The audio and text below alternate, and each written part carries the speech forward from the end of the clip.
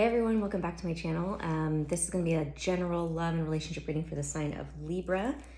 So this can be your sun, your moon, your rising, your Venus sign, or it can represent Libra season or anyone, wherever Libra is in your chart that's significant for you, or it can also represent the person that you are thinking about when it comes to relationship. It doesn't have to be love, it can also be friendship or career, whether that's like your boss or someone you work with, something to that effect. So just keep that in mind. So these, the first card that came out is Aquarius. It says, I know. So Aquarius is a humanitarian. I want to see what else comes out with this though. Humanitarian, but they're also very emotionally detached. Libra is an air sign and so is Aquarius.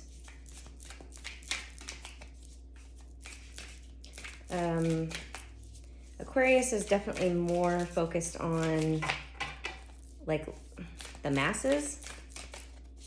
Libra would be more focused on like immediate relationships within your life. So maybe it's asking you to focus more on that. This one.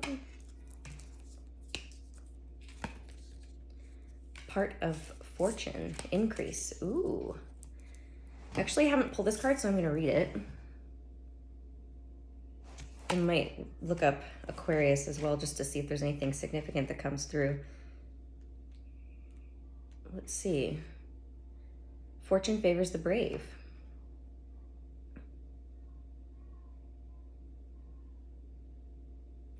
The part of fortune is just one of the lots among several used in astrology. However, it is considered the most important one. Lots are also known as Arabic parts. After the fall of the Roman Empire, Western astrology picked up the Arabian and Persian practice of reading lots in a horoscope. Lots are based upon mathematical calculations.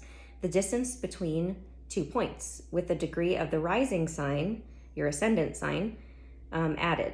The part of fortune is the same distance from the longitude of the ascendant as the moon lies from the sun. So if the sun and moon are conjunct, that is almost perfectly aligned, then the part of fortune will fall on the ascendant. If, on the other hand, the sun and moon are in opposition to each other, then the part of fortune will fall on the descendant, the cusp of the 7th house. Okay, that's a lot of stuff I don't really fully understand.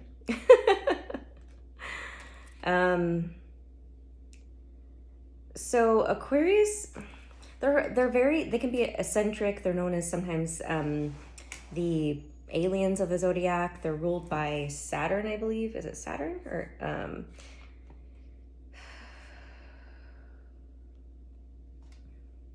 but basically they do things differently. They think outside the box. So I feel like with this part of fortune, I kind of want to get a little bit more just to see which card represents it. The 10 of Pentacles, I believe. Yeah.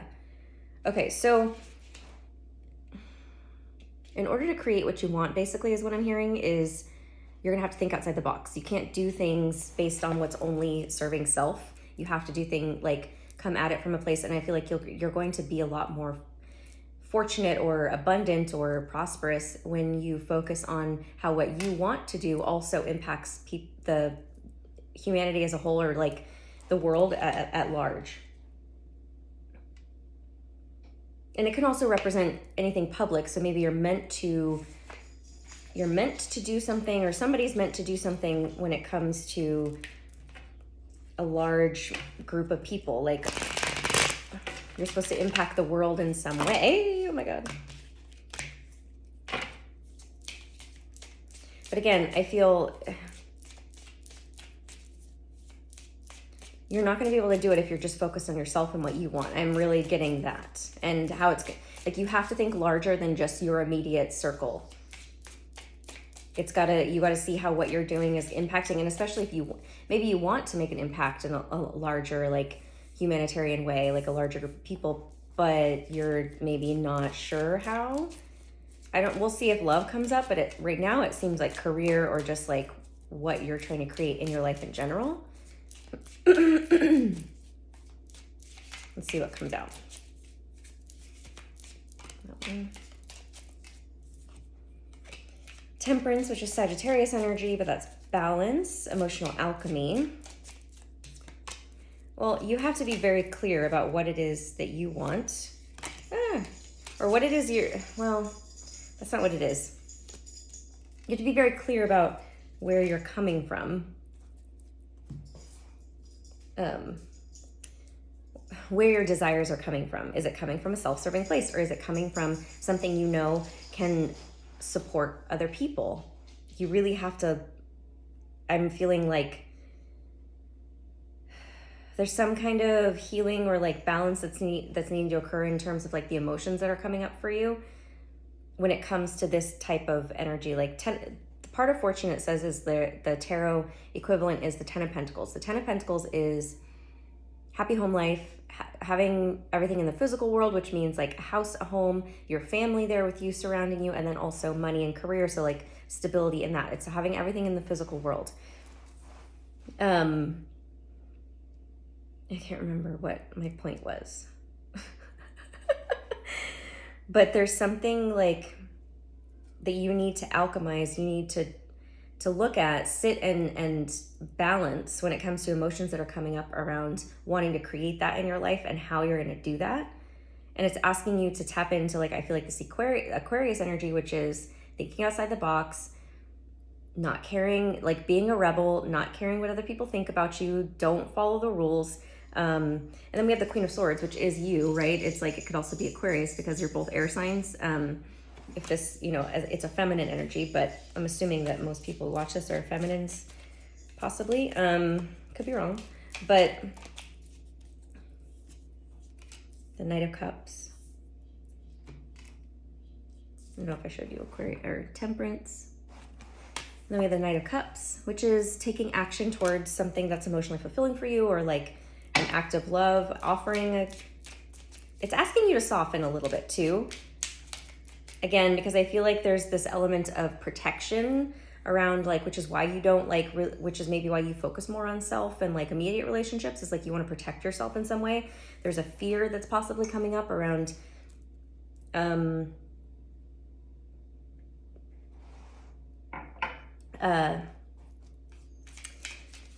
going more outside the box with what you want to create. Or, and again, if this isn't career, and it could be with love, right? Is like you're afraid to maybe be with someone like an Aquarius, or think outside the box when it comes to how you'll meet this person, or where, or what, maybe they're a type of person who you wouldn't normally date, but they're going to be really good for you. That kind of thing. It's like you really have to stop doing things, I feel like, the way you've been doing it, and find it's too many. Just find a new way, but it's in an inventive way. It's Aquarius are, I feel like, inventive. They think outside the box. Like I said, I just keep saying that. It's kind of annoying, but which is why I also think the Queen of Swords is here. The Queen of Swords is just the intellect. So it really is about all in how you're the way you're thinking about it, where you're coming from, and how you're seeing it. We have the Nine of Wands, which is feeling like the wounded warrior. And again, what I was just picking up on is maybe you're protecting yourself. Like this can also be like, oh, poor me, or look at all this stuff. It can go either way. It can be like feeling like the victim. I'm like, oh my God, I've been through so much. But then it can also be, feeling sorry for yourself in that way. But then it can also be, look at everything that I've overcome, that I've accomplished because of what I've been through, right? So there's something holding you back from doing something in a new way because you're afraid. Page of Swords is about observation. And the Six of Cups. Yeah, there's something you need to look at from the past. And again, this could be, I get, okay, so anything that is affecting you, like, that's coming out is going, whether the main situation is love or it's career or whatever it is I'm picking up on. Sorry, I have a light on my phone, so it's glaring, but it's something from the past. Six of Cups is about something coming back from the past, usually childhood. It can be about happy childhood memories, but it can also be about healing that needs to happen. So there is something from childhood that's keeping you from stepping out and fully being like who you want to be in the world. That's and you're like attempting to attract opportunities or love or people, or you're wanting to create something specific in your life and maybe it's not working out,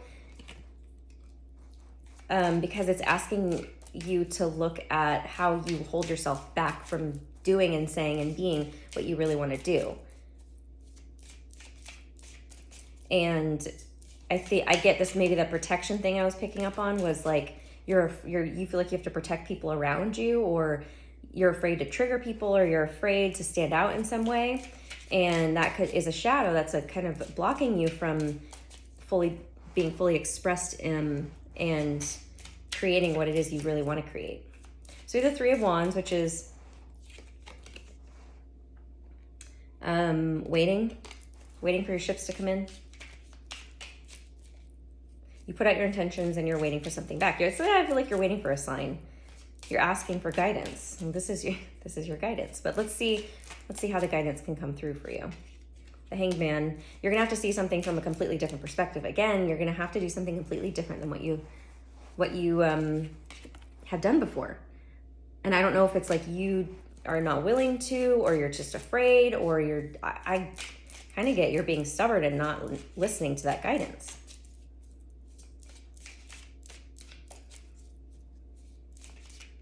You know, Libra is the sign it's ruled by Venus, which is about love and relationships and harmony and beauty.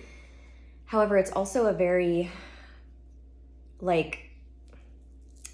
it represents the Justice card in the tarot, which is about legal matter. It can be about legal matters, which is very non-emotional. It's like contractual. So Libras and because it's an air sign, Libra is an air sign. So yes, they thrive in relationships and their focus is love and relationships, but it could mean that you're a little bit too detached from that. Like more emotion can be put in there. And it's almost like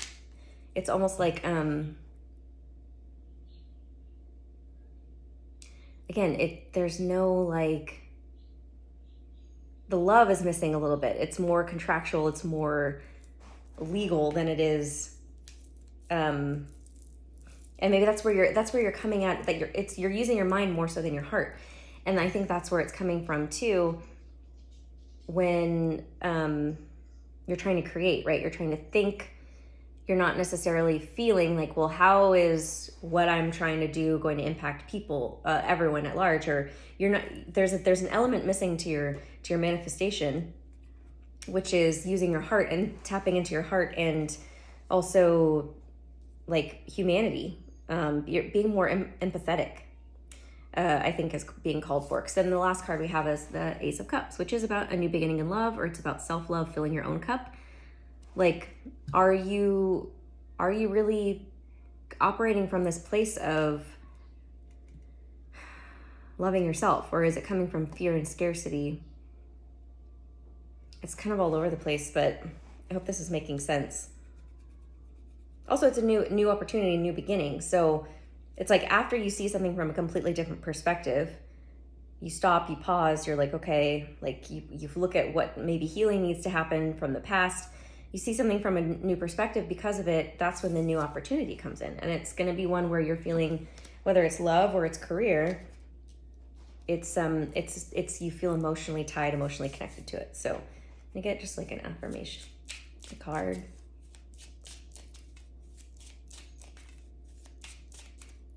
This one. I'm proud of my enterprise. So whatever you are creating, I do feel it is a lot of career stuff. Are you proud of what you're creating? Yeah, or is it coming from an egoic place of like, I don't really care what I'm creating as long as I'm making money, right? Like, look at that. Courage is a quality that never goes out of fashion, and there is always a market for it. Yeah, I feel there's this fear of being courageous in saying what you really want to say, doing what you really want to do, being who you really want to be, because you're afraid that you're gonna lose people, like clients or followers, or people aren't gonna want to work with you, or whatever it is, you're gonna lose people in your life. But actually it's the opposite. Like, so you're creating through that fear it already. I feel like you're not attracting the people that you want to attract because you're not being who you really want to be. So you're actually creating the fear already without realizing it. And the more courageous you are in stepping out and being who you are and not apologizing for it, as long as you're not being destructive or like very self-serving, in terms of like that's all you're caring about, people are going to admire you for it, and you're going to be known for that. So I hope that was helpful. If you'd like to work with me, you can visit my website, empoweringauthenticity.com, and schedule your own reading there. All right, talk to you later.